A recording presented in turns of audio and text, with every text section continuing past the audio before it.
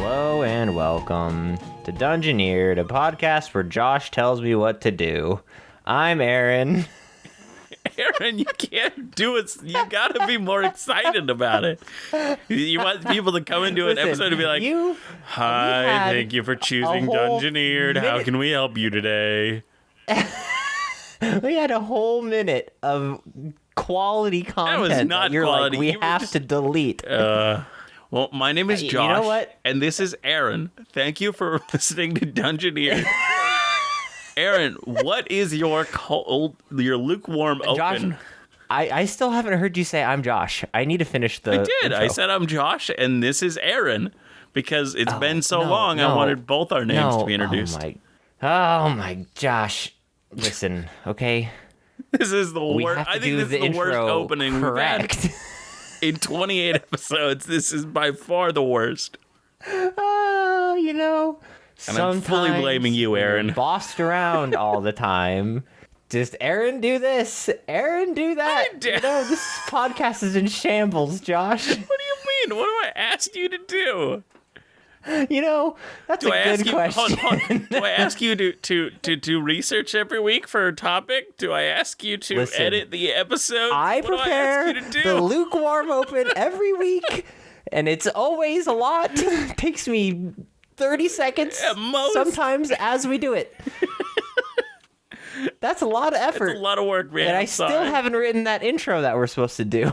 Yes, please Spoilers. Do. Please write that. Okay. Today. I will. But we should do the lukewarm open because it's already been 2 minutes. Yes, please tell me what your lukewarm open is. Okay, but before we even do the lukewarm open, I have to do an arm update because you know how I hurt my arm? Yes, okay, we can get. What's your arm update? Arm update is it still hurts real bad. I don't know what happened to it or why it's the case. I've come to the conclusion using WebMD that I have bone cancer. Because that was the first thing that came up. It's gonna say everything WebMD. The first thing is like it's cancer. It's cancer. I'm WebMD. It's cancer. Yep. I typed in severe elbow pain, and the first thing that came up is that I have bone cancer and a tumor on my bone. That's you the first live thing that with came an up. EMT. Why don't you just get him to check it out? I know, I'm kidding. I'm pretty sure I have golfer's elbow, which is the opposite of tennis elbow. It's on the other side of tennis elbow. And I don't think it's dislocated because it doesn't look like it's dislocated. So I think we're good there. But it hurts like the Dickens, like Charles Dickens. Is that where that saying came from? Where did that saying come from? Hurts like the only Dickens I know is Charles Dickens. I don't know.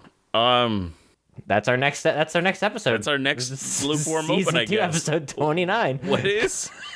Okay, it's so like what's the the Dickens, lukewarm you know? open, though? Oh yeah, okay. Lukewarm open. So, Josh, you have been, since we've been talking together, have been asking what I've been doing today, okay? And I haven't been telling you for this exact reason, because the lukewarm open has to do with what I've been doing today.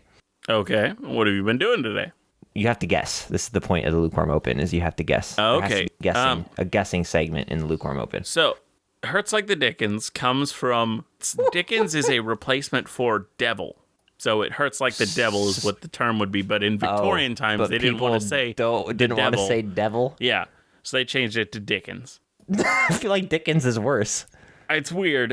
I don't know. It's certainly a choice. I don't know if it's better, but it's a choice. Okay. Guess what I've been doing today, Josh? 2 guesses. Playing Brawlhalla. We're not going to do 3 because we don't have time.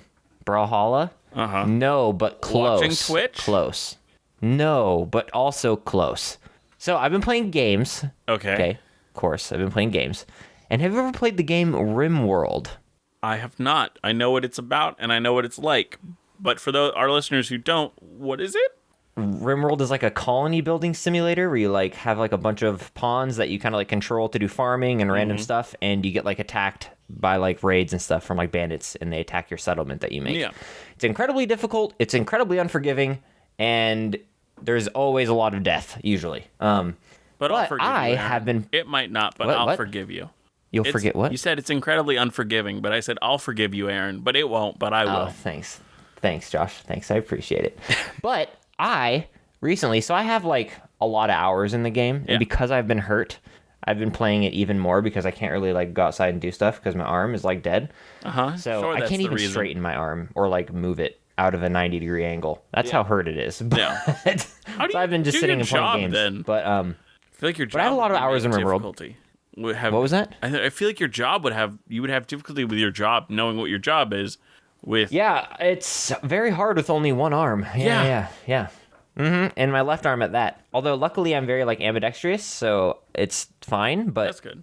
yeah, there's times where I'll like reach for a dog and it's my right arm, and all of a sudden I'm like, That's what happens. Well, But I guess now it's out there. He works with doggos. I do. Yes, I work with dogs. But anyways, I have been playing it different than what you normally play. I've been playing a medieval mod, so it limits like your research tech beyond medieval era. So like you can go all the way up to like shooting nukes and launching rockets and flying to space. But I've been playing with a medieval mod that like adds a bunch of stuff that's only medieval times. And it's interesting because it's much different because A, you don't have to worry about like mortars and nukes blowing up your base. But everybody comes rushing in with like axes and bows and stuff, and I have made a cool castle. So I'm thinking for the Lukewarm Open, how would you run a cool castle? Anyway, it's completely open. It can be anything. How would you like to run a castle? What do you think would be the most fun to run a castle in D&D? Are you saying just a scenario where a castle is involved, or are they going scenario where a castle is involved? Yep, Okay. anything like that. I would say a castle siege, whether you are on the defending side or the attacking side, is really fun.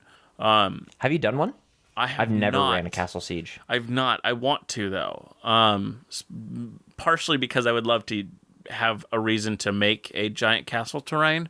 That would be really fun, though. Not gonna lie, making a huge castle on the table. Yeah. I made walking and I've setting made some down pretty a cool stuff. gigantic There's castle. an awesome Kickstarter I backed called it's like Monster Adventure Terrain, and it's like little Lego pieces, but it's made to be terrain, and they have like different like caps for them where you could cap it off looking like lava or like water or like I think you showed me those. I think I might have. I think you showed me the lava ones. Yeah. The lava ones. I think they were really cool. Oh no, that I think the lava thing you're thinking of. Or was that a video? I made that myself, but yeah, those were really cool. But yeah, these are just like little Lego pieces, and they're awesome. And I made this huge like tower and courtyard area out of these things, and it looked awesome when you put it down on the battlefield, and then they have to like fight through it, and then all the doors of the different areas they could go in. There's like little sheds, and there was a cathedral on one side, and there was literal doors that you could your cool. miniature had to and go they'd have through. to like open them all to even see inside. Yeah, it was awesome. That's super fun. But yeah, so like I've always been intimidated to run a siege. Yeah, I think I think we talked about it previously on this, but like with Chris did with War, where you kind of break it down into smaller parts. That's so the best way. your group is not doing everything. Your group is focusing on a mission Like during mini that combats siege. within the siege. Mini combats in the siege. I think a good way to look at it, if you look at gameplay of Shadow of War, when you're actually sieging in the kind of mini boss areas where you're trying to take over these towers, those sieges are like you're one person and you're really focusing on that, but you're kind of leading a group at the same time, but you don't have control over anybody else, but you kind of can like dictate where you want them to go, kind of. I think that would actually be a really good thing to look at for how to run it and kind of how to have these what feel like really big scenarios, but in the end, it's just your person fighting 3 other people, but there is this whole war going on around you, and it kind of has this implication of a large battle, but it doesn't feel imposing as fighting a giant army because it's really isolated like that. Yeah, I don't know. I just think the like blocks of masses of troops fighting against each other, you roll to see who wins during the little combat, and then your group is running in to do like little missions and stuff like killing wizards or fighting generals or whatever. I think that's like probably the best way to do it. Even then, though, it can feel anticlimactic when you just like sit there and watch, depending how long you have it run for. Just continuously watching stacks of paper push each other around on the table. An important thing to think about in D&D and DMing is you're a storyteller. In the same way that people who write books or movies or any of those, you're a storyteller. There are rules in stories to kind of that people have established that are like made to keep people's attention and like keep climaxes feeling climactic and kind of building to them. And all these rules of just like writing in general, like you should still look at them and think about them when writing for D&D. Like the rules. No, totally. You just have to be careful. What I was more meaning is you just have to be careful to like not make it drag on for Well, I know, so so that's long, what I was saying. So like there's a thing like third time's the charm and kind of like rule of threes, like in some cases only having 3 like major moments like that is perfect. And so like limiting it based on these rules of writing that are established and good at keeping people's attention and making things still feel intense. No, totally. No, I totally agree. I always worry that like if I come up with the system, it's just going to be too like bogged down. To learn it takes super long time. It takes like 4 hours to finish your war. The only time I've ran a siege, I did like the party was like level 15 or something, 12 to 15 in the first campaign, and essentially they and a few other people were defending the wall against hordes of like CR 1/4 monsters, and so they were just like destroying hundreds of monsters, like hundreds of gnolls as they charged the city. So that was fun. That was really fun. But other than that, I've never really run a siege, and it didn't take very long for them to get overwhelmed because there were just so many. Yeah. Well, I think I'm going to end the lukewarm open here. Oh, it's only been 13 minutes. Yeah, and normally we keep it at 10, so yeah. All right, Josh, what's your normal topic for this week? Oh, my cursor's not working. Oh, no. Oh, rip. So I can't even pull up my notes. Does that mean I have to do a topic this week? Here you go. I got it. There you go. Got it to work. I had it on my PS4 and it was not using that. It was like, this is not a trackpad. This is not a mouse pad that I can use. I thought I was going to have to make up a topic this week and just go with it. Since we're starting a new world, I thought now would be the best time. New world, who dis? Yes. Now would be the best time to create our own unique race. So I decided to look into one of the races that I had been intrigued by but never knew much about. And they're called Saurials. Have you heard of Saurials before, Aaron? Only a minute before the podcast, pretty much. Yeah, well, the only one I know of written into 5th edition is in the Tomb of Annihilation campaign. And his name is Dragonbait. And he is actually Why is his name Dragonbait? We'll find that. Well, because he didn't name himself. His name previously was Champion, but we'll go into that. Wait, what? He is actually a super important character in the history of Saurials, and the conduit that actually brought Saurials into the world of the Forgotten Realms. What the heck? Now, Saurials are reptilian, almost dinosaur-like humanoids, and only 4 types exist on Toril: bladebacks, finheads, flyers, and hornheads. Now, these names, like Dragonbait's name, were not given to them, were not chosen by the Saurials. These are given to them by the people who live in the Forgotten Realms. Now, Saurials do not communicate as you and I do. They speak with a combination of noises, chirps, and scents. And yes, I said scents. A hallmark of Saurials is that their bodies give off a scent, in the same way we make facial expressions. It displays mood. Wait. Your scents display facial expressions? Well, and so it's what I was saying. So, in the same way we make facial expressions, it displays mood. So it's kind of like so you're like when angry, we smile, you smell like pee or something? Okay. I don't know. Now, the Saurial scents are incredibly intricate, and a slight twist on the smell can change the meaning, and so on. Raspberry plum. This makes it hard for most races to understand the Saurial scents, but the major strong-smelling scents can still give a basic idea of their emotion. Now, the different scents that we know of are the scent of brimstone means confusion. The aroma of roses meant sadness. Lemons meant pleasure or joy. There better be a raspberry plum. Baked I'm gonna bread be so excited. meant anger. Baked bread meant anger? Yes. Why? Violets meant danger or fear. Honeysuckle meant tenderness. Wood smoke meant devotion or piety. Tar. They can just produce all of these? Yes. Tar meant victory. And the smell of ham meant nervousness or worry. Smell of ham? That's so dumb. I love these guys so much. But so the thing is, these scents, like, they come from another world. So who knows what these scents like meant to them? How do they produce those? That's their body can. Their biology.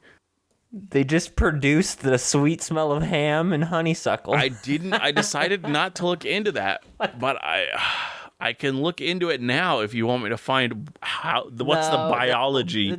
How do they make these scents? That's so weird. I wonder if they secrete like a liquid. No, they don't. It's just like we create scents. Like we smell. We have smells. From liquids that rot on our body. Kind of, yeah. So I guess it would be similar. Now, back to the types of Saurials there are. Finheads, so gross. The most human-shaped of the Saurial. They were generally shorter than an average human, standing around 5 feet tall. They have a long tail, but most pronounced, and actually how they got their name, is a pronounced fin on the top of their head.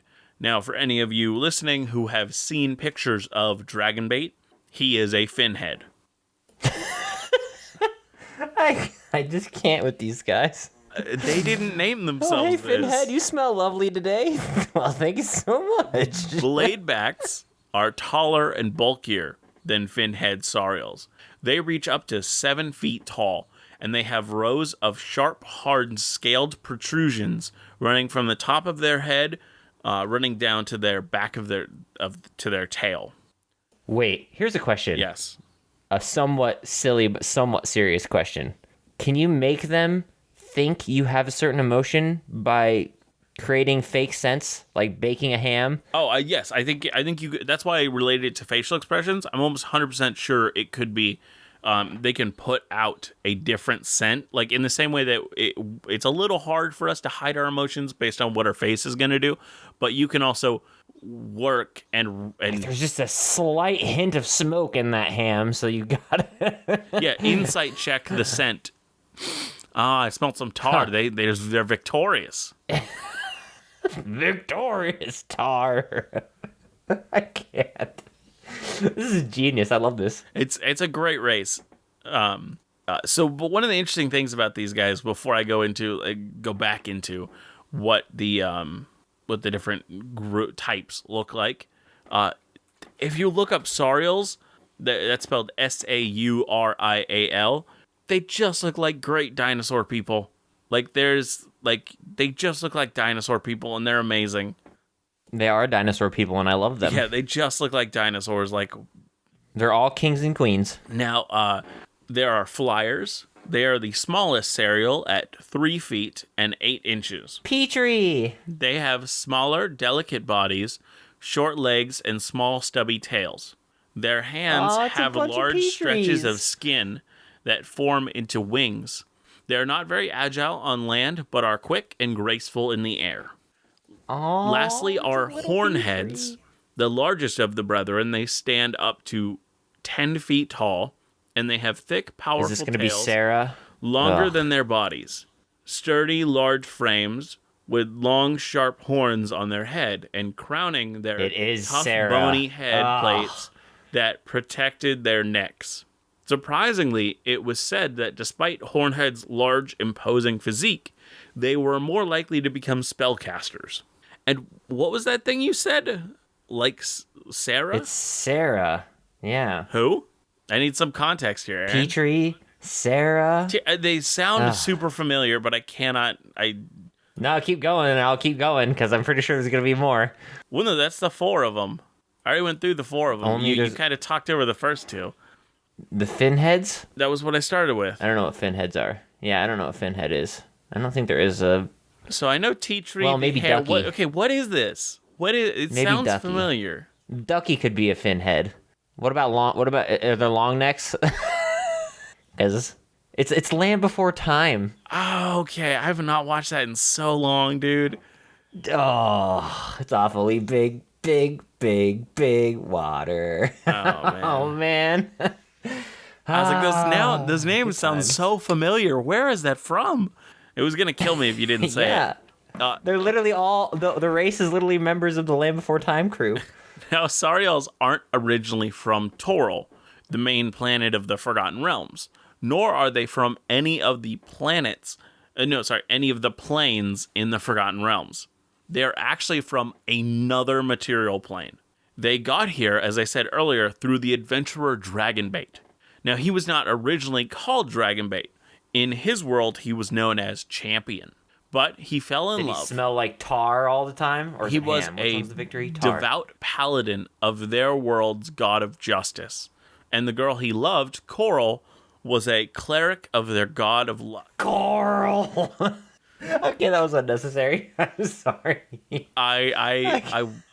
I'm not ashamed to say that I did a similar thing when I first read it. And That was so unnecessary. I should have done it. but yeah, it's like coral. just It's just like first that stuff thinking that in we my have in the ocean. Coral. In the end, Dragonbait had an issue with the flippant nature of her god, but he didn't want it to come between them and asked if she would be willing to switch religions and follow the god of justice. Coral was not up for this idea, and even though Dragonbait didn't like it, he didn't take it as her being wrong. He decided he needed to leave. So he left on a holy quest to the plane of Carceri, which Carceri is more commonly known as Tartarus. In Tartarus, a powerful being called False. Now, False is spelled with a PH because, of course, it is. False recognized the pure good inside Dragonbait, and he knew he was the perfect ingredient for his magic spell that he was working on. He was a powerful fiend that wanted to create the perfect assassin. False created this construct with a group he was pretending to ally with, Kasana's Alliance. Now, I'm kind of going to deviate here because I wanted to bring this up for you, Aaron. False looked like a beholder, but he had tentacles, like his eye stalks. They ended in mouths. Yes. But you're going to love this part. This is what you're going to like. Whenever he did stuff on Toril and kind of tried to act and be in society, he took on the form of a halfling. Oh, yes. Yes, the most innocent, beautiful race of all time. But they said he was an unnerving looking halfling with like weirdly blue eyes and like all these different features that are like weird. Wait, are you saying blue eyes are weird? No, it's like the way that they're. I don't know. This was just the description that the wikis gave me on The False. way that they're blue is strange. Yeah, using Dragonbait, they created a construct called Alias. Now, Alias also has a crazy amount of lore about her. She was originally an attempt to preserve the stories and song of a powerful bard and whatnot, but in the end, Alias was a humanoid construct of flesh and blood, appearing human, and she was enchanted and augmented by many terrible fiends of this alliance, trying to create the perfect tool, which they were all evil people and they all had their own ideas about what they wanted Alias to do and be. But in the end, during the creation process, something happens. As they tried to use Dragonbait's pure soul, it splinters instead of transferring, permanently connecting Dragonbait to Alias. Now, the splintering of the soul that saved Dragonbait's life didn't happen randomly. It was actually caused by the very god Dragonbait didn't trust, the Saurials' god of luck. For you see, while Dragonbait was waiting in the dungeon of False to be sacrificed, this goddess appeared before Dragonbait and told him that his god had begged her to save his life. In the end, she offers Dragonbait a deal. For an unspecified favor later, she would save him. And he accepted, becoming a follower of both the god of justice and the god of luck. Now, the bard who was being convinced to create the construct with these fiends, after Dragonbait's soul splintered and Alias awoke, he saw her singing a mournful song and cradling the weakened Dragonbait. and realized the true intent of the fiends, and in the end helped them escape to Toril. And that is how the first Sauriel got to Toril. Wow, this is wild. Yeah, but one Sauriel does not a race make. Now, Aelius then became a sellsword, and was actually, her memory was kind of wiped, and she was given this whole, like, fake identity. So she has all these history of what she was, who she was, and all this stuff. But she does eventually join up with Dragonbait again. And she actually names Dragonbait in jest, but it ends up sticking. Eventually, Aelius, Dragonbait, and some other adventurers actually took out the avatar of one of False's greatest rivals, the god of rot, Mowander. But in the avatar's death, Mowander used the last of its divine power to track down Dragonbait's origin, for he wanted him to suffer. Yikes. This led to the Sauriel group Dragonbait grew up in being brought to Toril, but the god of rot corrupted them and enslaved them, forcing them to destroy life in the area, including their own eggs. Aw, rip. Yeah, Mowander was using this to bring as much destruction as possible, trying to gain the power he once had. The god of rot used Coral as his main pawn, knowing it would hurt Dragonbait most. Now, once again, the bard, Aelius, and Dragonbait defeated Mowander in this plot, freeing the Sauriels from their slavery. But Coral's insides were completely rotted and could not be freed from it, so Dragonbait had to end her painful existence. Now, a quick side note, the Sauriels have a unique type of bard. Over the next few years, it didn't give all my notes here. My notes are missing. Uh-oh. So I guess I'll just riff this part. I wrote it on my phone, but I'm on my PC now, and it doesn't seem to have copied over on OneNote. Sync together? Yeah, real bad. I hate it when that happens. Horrible. Happened to me during a D&D session. Oh, no. Not gonna lie. Now, a quick side note. The Sauriels have a unique type of bard called a soul singer bard, and they're like a divine caster bard, which is really cool, and I'd like it to be in 5th edition. But weirdly, after this happened and the Sauriels were freed from their enslavement by Mowander, an unprecedented amount of soul singers actually were born. Because soul singers, you can't train to become a soul singer. You're born with that power. And so it's just kind of a weird thing and I kind of just brought it up. I just wanted to bring it up just to say, like, hey, if anybody from Wizards of the Coast is listening to this, bring us some soul singers, please. And also make Sauriels a playable race, please.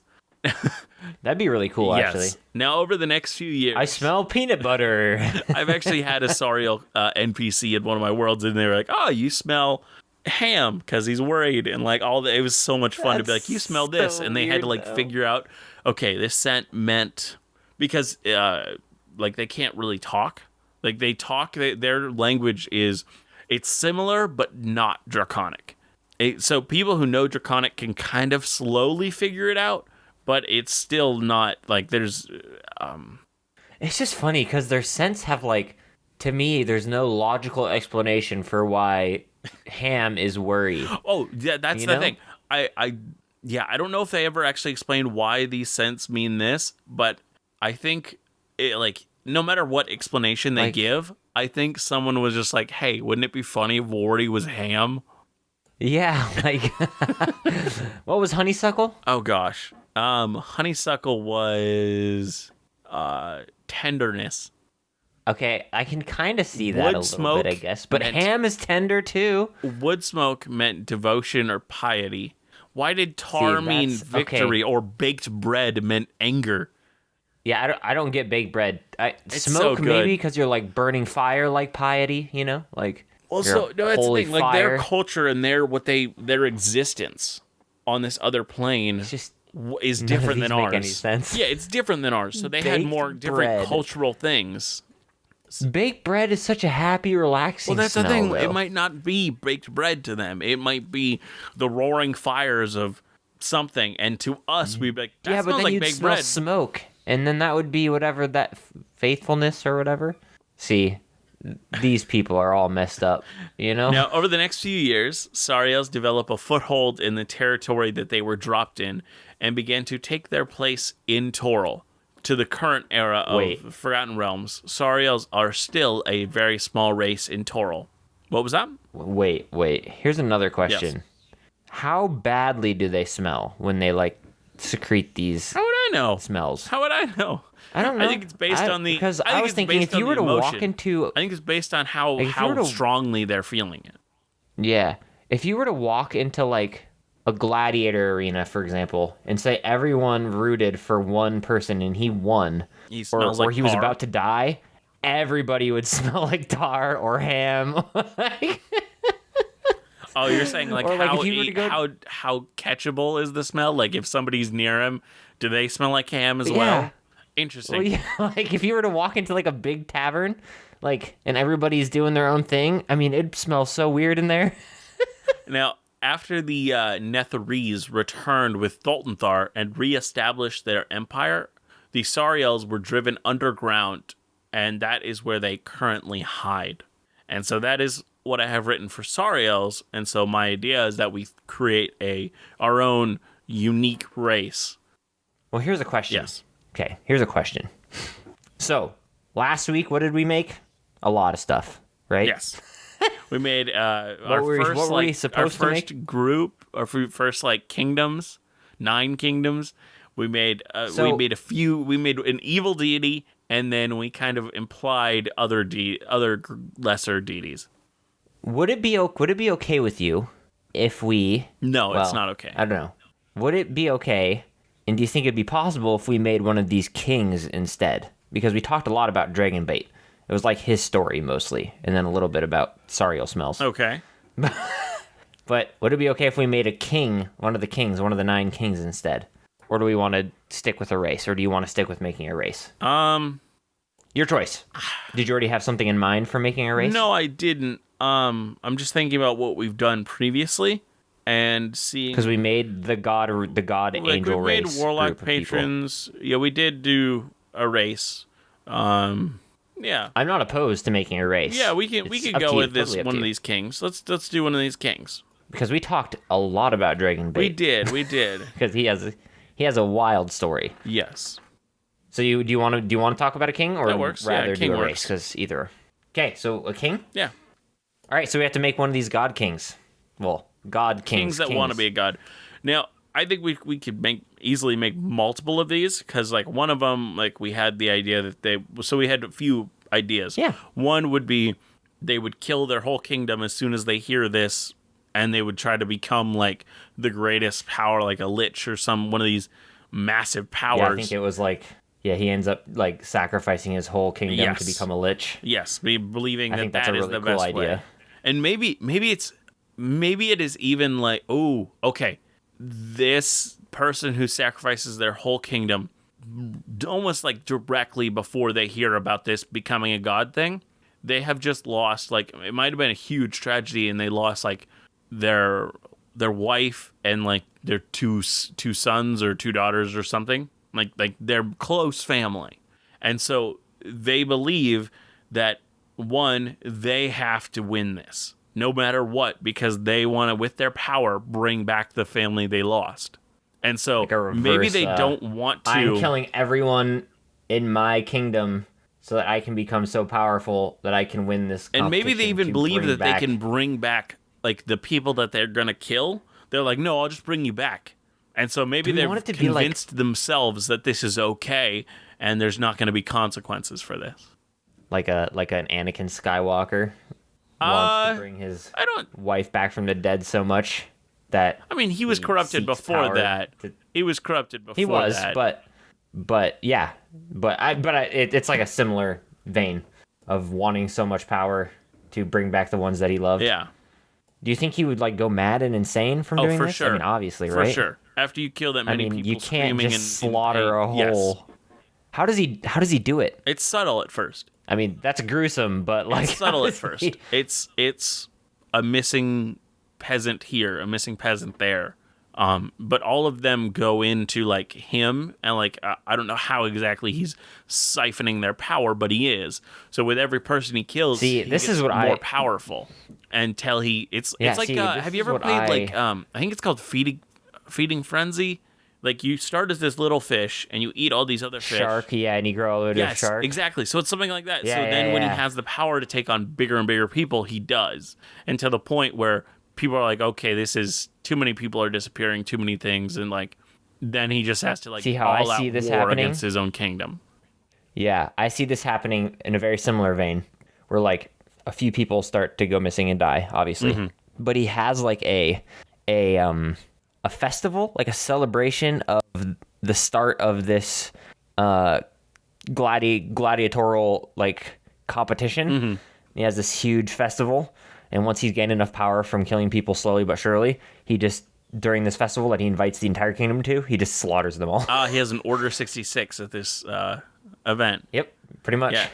Yeah, and then like he also like he's killed. Let's say he's like killed like a lot of his trusted advisors and a lot of his palace and stuff like that, and he's rezzed them, and then they just slaughter what I was thinking is that he festival. he gained a bunch of power and kind of like he mind controlled a bunch, like a huge amount of his army, and those are the people that wipe out and slaughter them all. Yeah, I like that. Yeah, because I definitely see this being like you said, kind of like a few here and there to like gain the initial power. I don't know this reference, but it's like a red wedding. A red wedding. Game of Thrones. The red wedding. There's a massacre or whatever. I've never watched Game of Thrones. Neither or read have the I. books. I just know there was a massacre at the red wedding.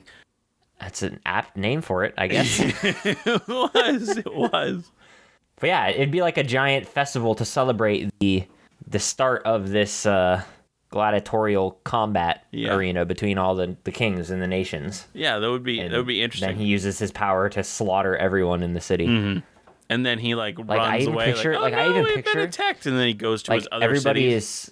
I even picture like everybody gathers, and then like essentially the sky is like dimming and darken, and people are like, oh, like it's gonna rain today, like and it like traps them within this certain area, and he ends up just killing all of them.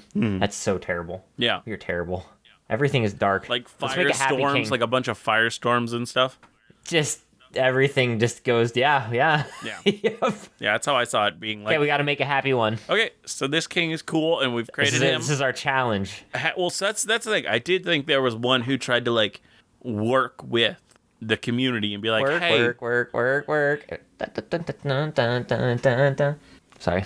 So I did think there was the word work. I did think there was one who was kind of like working with his group, his community, and being like, hey, like we can all become stronger if we win this. Anyways, continue, Josh. Oh, the silence hurts my ears. Oh my gosh. Inside joke. Well, Aaron, as I was trying to get to, what do you see him promising his people? I don't know. Or their people. Or her people. Yeah, I don't know. What, like, okay, so this one, we got to make him good and happy, I guess. Like a good king. What does a good king, I mean, I guess the only thing I can think of is he like rallies his nation to. What? Yeah, I'm waiting. Rallies his kingdom for. I mean, unless we do like this is kind of a response to his neighbor kingdom, which had slaughtered his whole kingdom, and he like rallies his nation to fight the evil scourge that's across his borders. To get slaughtered by a horrible evil lich in an undead army. Yeah. That's a heroic, sad, happy, and then I just turned it sad. No, we can't do it. I just made it sad. We can't, I just made it sad. Hold on. So, I mean, okay, just because the kingdom is happy, I don't think everything that happens to them has to be happy. Do you think that because I kind of want it to be a tragedy. I kind of want this. The entire situation is awful. I want what's happening to this kingdom to be first. This king goes against this king goes against it completely differently. So they try to get their people on their side and be like, "Hey, I want to like upgrade all of us. I want all of us to get stronger with this. I would lift you up into godhood with me." And so this person, like this king, is just nice in general. So to the right of them is the kingdom that is slaughtered, and he's like, well, let's start by like clearing out this evil over here.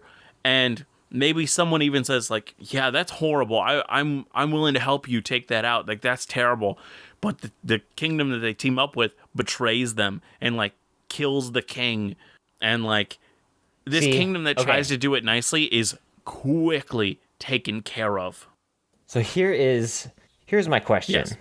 Is it a worse tragedy for the nice king and his nice kingdom to win the whole thing, only to be betrayed by the god, like the evil god? Okay, and what's the other option? Or is it a worse tragedy to go march up against an undead lich and lose your entire kingdom and army and be turned into undead? I think. Or do we want to have both? Like, we have two nice kings. I want the king to be betrayed. I don't want it to be in combat. I don't want it to be, oh, we fought the lich and we failed. I want it to be, we trusted someone. Maybe it was even before the whole kingdom had turned, like, before he killed all his people, the lich. Maybe he teams up with this king just so that he can also kill all of his people. I like the idea of this alliance. Like, the two kings come together as an alliance, and then he gets killed, like murdered. Mm-hmm. But then why would his kingdom fight the other kingdom because of the betrayal, or do they get mind controlled, or what's like, how does? Well, so I see this as the king on the Lich King has no copyright. Yeah, no copyright. This is definitely not World of Warcraft. We're definitely not talking about, oh man, I get World of Warcraft lore. I hadn't even thought about that at this point. There's even Lord of the Rings. Lord of the Rings has which king? Which king of Angmar? I was thinking about Arthas, the Lich King from WoW. I didn't even think about that. We could do WoW lore, dude. I know. Oh my gosh. So much possibilities. Sorry. But so endless. I think they have already taken over their whole nation, but they kind of keep this feeling of like the kingdom is still going. Like, people don't know that it's destroyed, and like they're undead still, quotation marks, living their life, making it look like there's still trade and all this stuff going on. And so during that time of like before people realize, that's when the king comes over and goes for this kind of peace. And when they do, they have enough power to take over this kingdom. And so they kill the king and take over the kingdom. Like, I think it's even along a similar vein where it's like, we're going to have a kingdom celebration of this alliance between two great kingdoms, and then he kills all of them too. And maybe they even have like, we're going to bring a bunch of people in to help celebrate as a joint community, and brings in a bunch of undead of very powerful and undead. Just slaughter everybody. Oh god. Yeah. And maybe he even forces the nice king to watch and says, this is what this is what your kindness will bring. Oh, by fall. No, I don't think the Lich King wins overall. I think the Lich King is the first one to gain a lot of power. So the other kingdoms are like, if we want to win, we're going to have to team up for a little bit at least. So they team up, take him down, only for them to break down in infighting. It's so complicated. It's so good. It's great. Gosh. But this is all like supposed to be lore. This is not supposed to be what you're playing in. No, totally. No, absolutely. No. But that's so cool. Like, we have three kings so far. Wait, no, two kings so far. We have the nice king and the Lich King. The Lich King kills all of his people, and then they make an alliance, the nice king and the Lich King. And they have another celebration to celebrate this alliance, and the Lich King betrays the king, slaughters him and all of his people with his undead masses and army, and turns them all into undead. Yes. Okay, that's 2 out of 9 done. Awesome. I think 2 more of them. Okay. Gosh, this is hard. Just out of the blue, coming up with a bunch of kings. Okay, I'm trying to write these down because I want to remember the Lich King and I think nice the king. next one nice to write king, down Lich is King. King Wenceslas, and King Wenceslas is having the Feast of Stevens, and when he's having when he looks out upon the Feast of Stevens, he no, just stop, just stop. He's named Good King Wenceslas. See, no. See. I see it more as like King Arthur, and he looks out and he sees a really cool sword, and he goes and like pulls a sword from a stone. You know, I think that's more along those lines. Okay, so this idea. No. I'm gonna play off this idea. I'm keeping this. I'm keeping the no. Listen, but no. Listen. I'm gonna change it. Okay, so our idea was that originally there was this time of peace and prosperity where all of the kingdoms worked together, and there were the lesser deities, the lesser good deities that were working. I think some of the lesser good deities realized this evil deity was evil and that something like this could happen. They didn't know exactly what was going to happen. They're just like, they're going to be evil and something's going to happen. So they left behind a powerful artifact, or maybe even multiple powerful artifacts. And so one of the kings finds this artifact and, as like a sword in the stone, is deemed worthy by it. So this king gains enough power to kind of take on this powerful lich because it has this holy energy to it.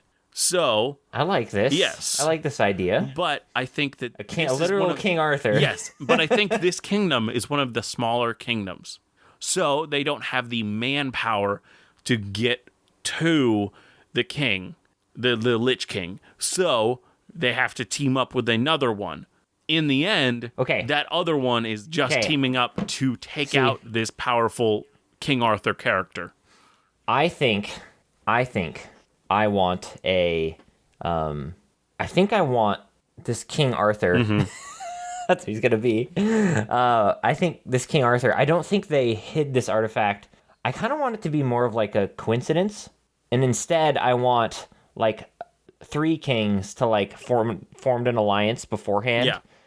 Because they thought this this other king was eventually going to break this prosperity and peace because he was kind of slightly insane, I guess. Mm-hmm.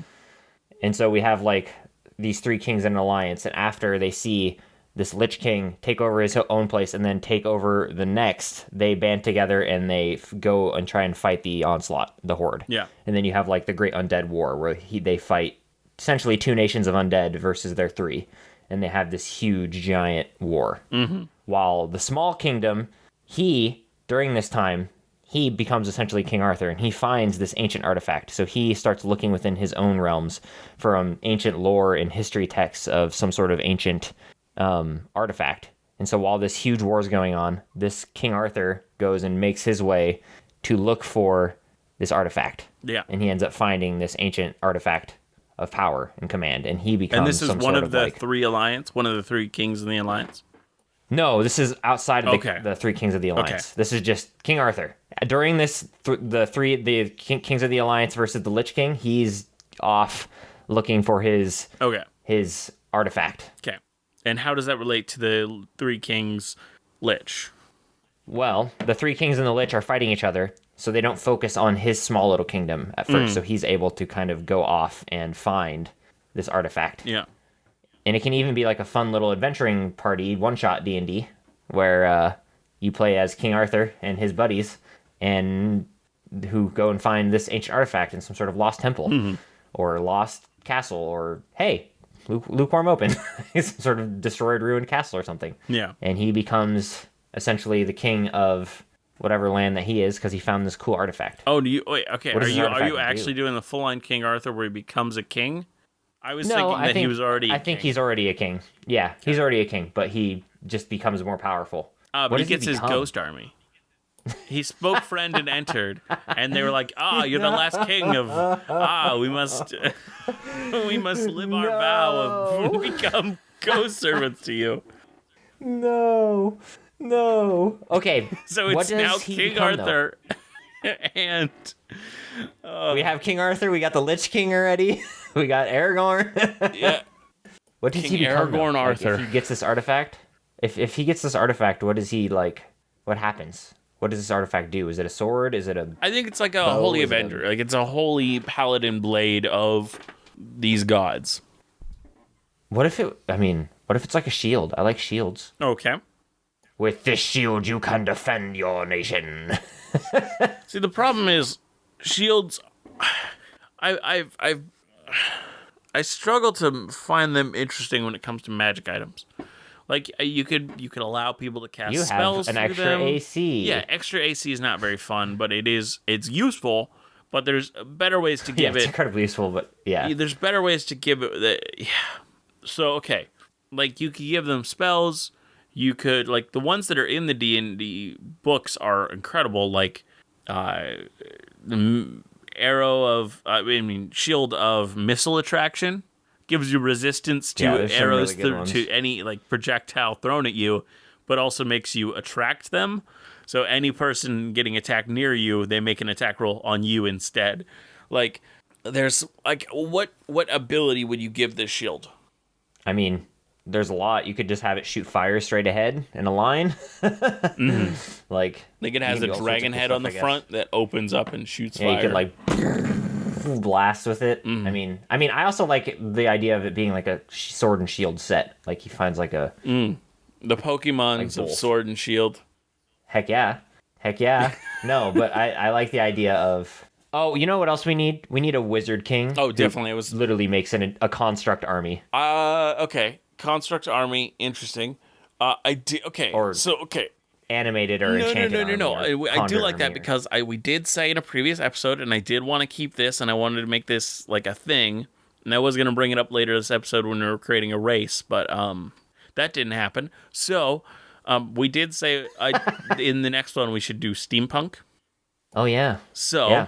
I think that this construct mage who makes all these mechanical things, they either like survive past these kingdoms or they're uncovered very easily, and so a lot of his technology quickly gets picked up, and that's how we kind of get to the steampunk. Ends up creating but like I think there should be one nation, and now like there's excavation sites all over in the new like the actual I think this takes place finding cool constructs. Yeah, I think this kingdom, the one who created the constructs, they're one of the last ones, so they were fighting across the whole continent, at least, or wherever we're having this take place, which maybe it's like a Pangea, where it's one continent now, but it becomes a bunch of little continents.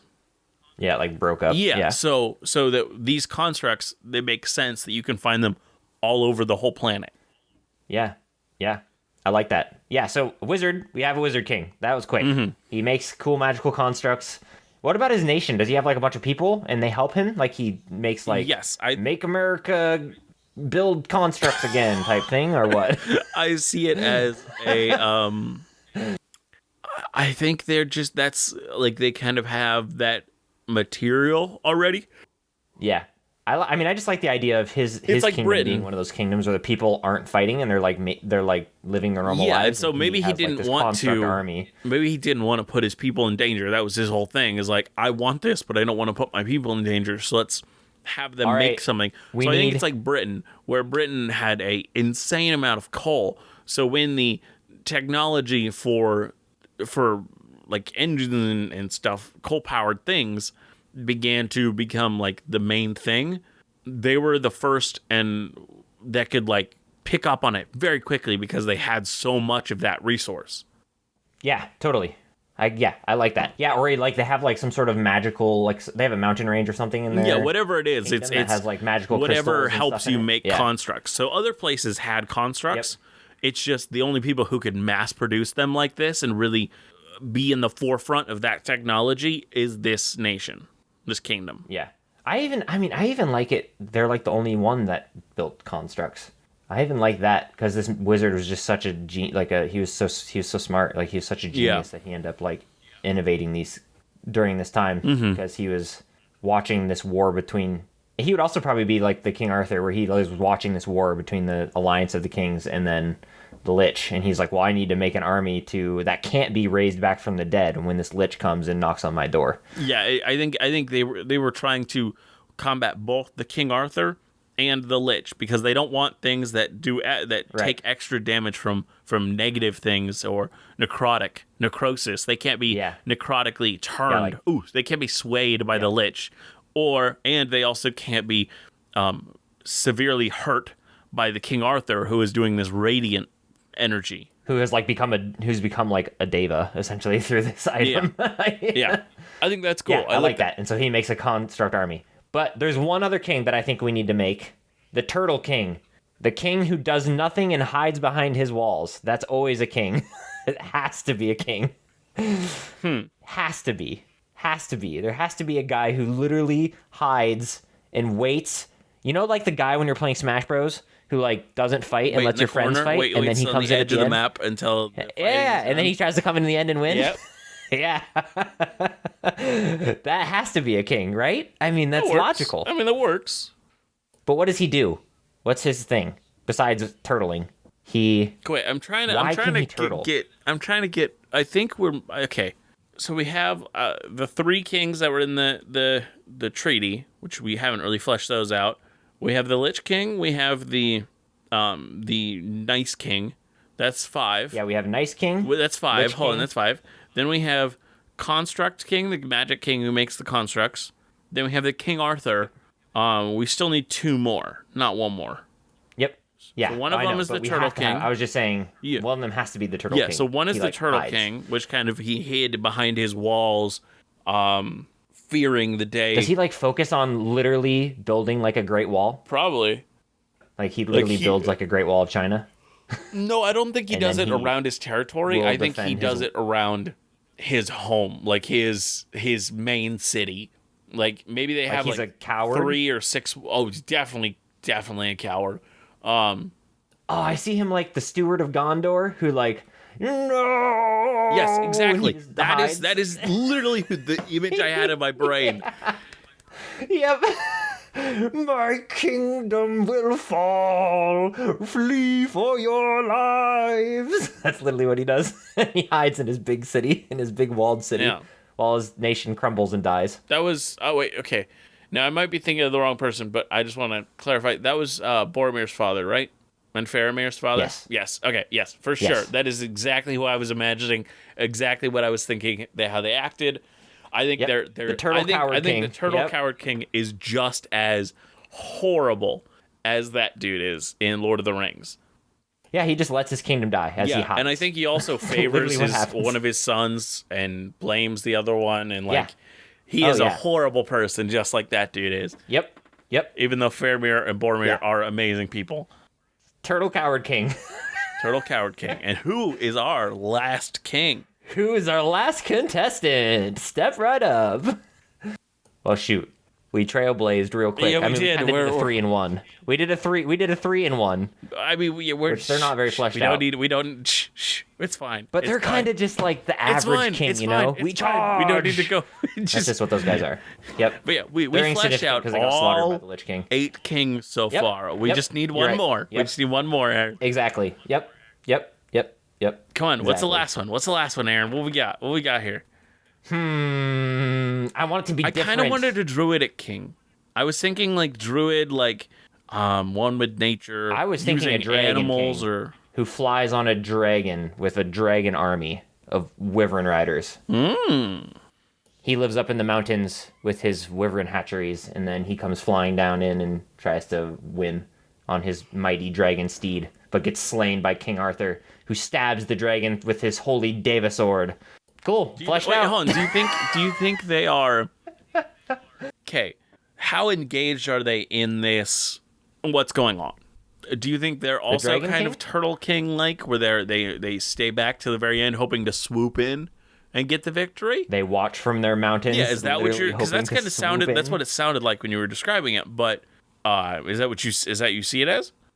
I don't know. I kind of see it more as like a glorious charge. So I think it's like a half and half. He waits for a little bit, and so I'm thinking that King Arthur's territory is right below his, south of his. Yeah. Underneath this great mountain range of the dragons, and this guy comes riding out with his dragons after a few years just after King Arthur found his blade, and King Arthur slays the Dragon King. Okay, interesting. Question: do you think that this evil deity? No, hold on. That this evil deity, their thing in the way that they do stuff is, so their kind of rules for this becoming a deity. Do you think it is your king, your current king, or nothing? So do you think once King Arthur kills this head, they're screwed? Nobody can be a god in their thing. So maybe they end up joining with King Arthur because King Arthur had a small kingdom, and so maybe that's how King Arthur becomes a greater power because they're like, hey, there's one dude who still has a chance. I think I like this idea. I like the idea of King Arthur slays the Dragon King, and the dragon that he was riding bows to King Arthur, so King Arthur then gains a dragon, and he has like a sword and shield and a dragon as he rides in with the power of 2 nations behind him to conquest and win against the Lich King. Mm-hmm. And then the last thing they fight is the Construct King versus King Arthur. Because I think the other 3, the 3 who were in the alliance, they break down quickly into infighting. And they actually weaken themselves so much and end up poisoning each other in like this crazy gambit that they try to do to be the last one to survive. Yeah, let's see. Do we want the Lich King to be the last one or the Construct King to be the last one that King Arthur fights? I like Construct King, but... Yeah, it feels really tropey to be Lich, you know? Yeah. So the Construct King kills the Lich King? No. King Arthur definitely takes on the Lich King. Then cool. The last 2 are the only 2 left standing at that point. Because I think the Construct King is the one who takes on the Turtle King. Yeah. Which saying these names is hilarious. The Construct King took on the Turtle King, of course. I mean, that's just obvious. And the Lich King was taken out by King Arthur. This is the best thing ever. I think this is what I have. See, we worked out all 9 kings. We have a really interesting story of how they all kind of, what took out what and how it kind of passed on. And that's awesome. And then I think it works because then King Arthur's the last one standing and the gods kill King Arthur, which he's like the holy devout king. Yeah. Because he's the one who found the magical hand of God type thing. Yeah, and so maybe King Arthur takes out a few gods before they die. And absolutely. And so this sword, like they thought, hey, we'll save our God Slayer sword. Yeah, they literally are like, hey, we're gonna put it in the world so that if they have to fight against this evil deity, they can, only for it to be their downfall. And I think maybe even the evil deity had hands in making King Arthur be the one to find it and win, because he knew it is the one that could severely hurt the gods as well. Exactly. Yep. Okay. This is awesome. I love this. All right, quick recap. Okay, quick recap.